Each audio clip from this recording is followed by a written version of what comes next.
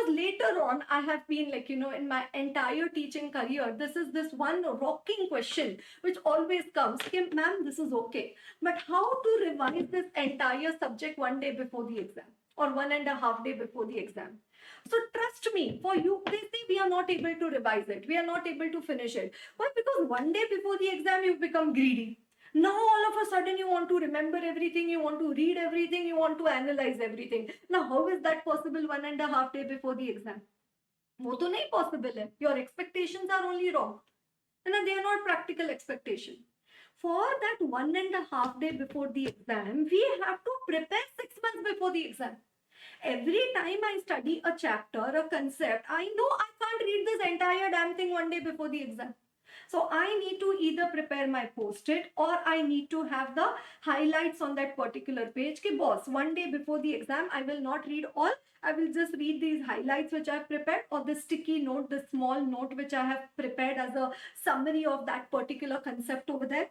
Or there are like the 40 questions after the chapter. One day before the exam, dare I not go through all the 40 questions over there? So you mark a few questions like with a star or with a dot and circle, and okay, these are the out of the 40s, these are the 8-9 questions which will cover all the variety. So you have to prepare a lot for that one day before the exam. You understand that? So keep that in your mind from day one, from the time you start preparing for the subject of audit. Always keep that 1.5 day in your mind. Or not only 1.5 day, because you have to revise. Like the students ask, ma'am, how many times do I need to do audit? Is it like 1 time, 2 times, 3 times? How many times? Bolo? How many times should you study audit? N times? Okay, cumulative revision? Yeah, exactly. 2. No. So the audit is a subject which requires constant revision, cumulative revision. You have to, simple rule for audit, if you want to, what do you say? So you don't want that subject to befriend you, or for you to feel it like a alien. You have to stay in touch with the subject. You have to be in touch. They say that out of sight, out of mind.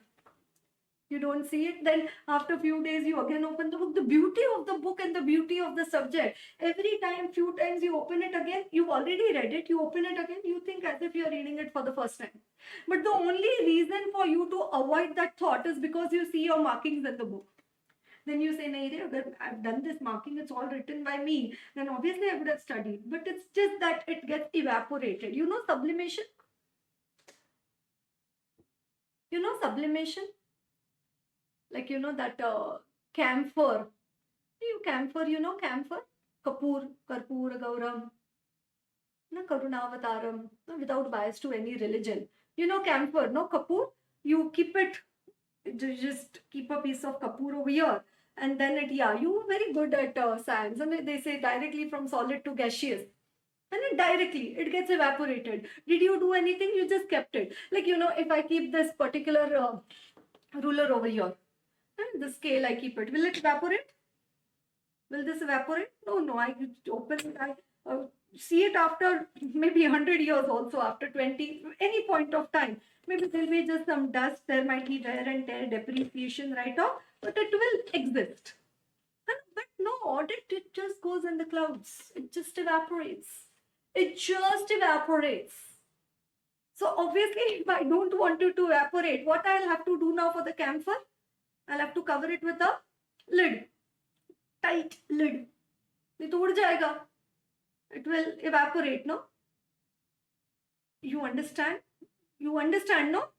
Programming of the brain has to be very right. Any number of chapters you study, any number of subjects, you are going to become a chartered accountant. Your life is going to change. You will have a wonderful next 40 years of your life.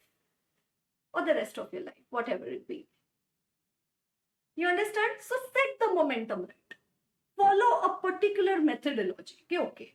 And I'm telling you, whatever I tell you, 100,000% it won't cause you any harm. Whatever it is, it's just a benefit. Now, how much is the incremental benefit for you? That depends from student to student. But if you follow that every day, whatever is discussed in the class, you go through the notes, You go through whatever is discussed in the class, you prepare your notes, you see whether your notes are all set, all ready for that. And then also what I'm going to discuss on the next day, you just come with the realization that, oh, all this I don't know. You go through those pages and then you have a conscious realization that, oh, all this I don't know, all this I don't know. So that next day the vacuum is created, and once the vacuum is there, if the rain falls, obviously if there is a, what do you say, if there is the hole, then the water can fall inside, no, and the water can get accumulated, the rain water over there. If it's already flat, then all the water will just fall off on the sides, nothing will get accumulated, right? Nothing will get accumulated. That's so very important. Keep it in mind. And then see, first time out of those 40 questions, I would have marked 10 questions as important.